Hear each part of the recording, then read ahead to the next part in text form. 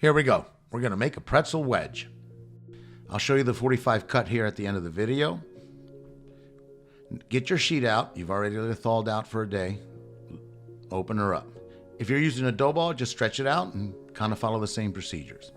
Now that it's open, kind of get it around. We're going to relax it.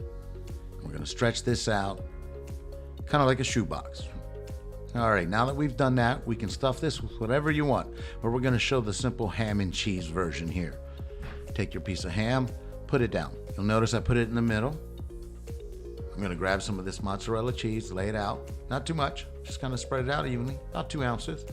Now a trick, American slice right on top. It's going to cream it out. Fold it over, 50%. Now come over, all the way over. So we kind of have a double layer in the bottom, 3 fingers wide. Now that we've got it laid out, we trim the ends, throw them back in our bowl. We'll be able to bake that off, fry it off. I'm going to make some videos about that. Now that we have this laid out, we want to add some air pockets. We'll slice that over the top. We'll put it on the pan, top it off with the browner.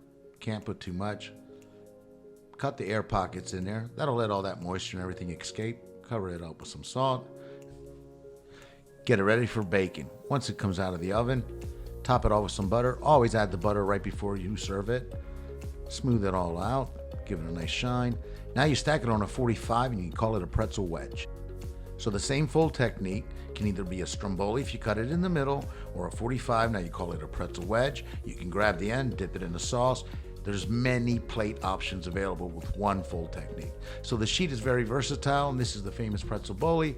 Stay tuned for more videos. Thanks.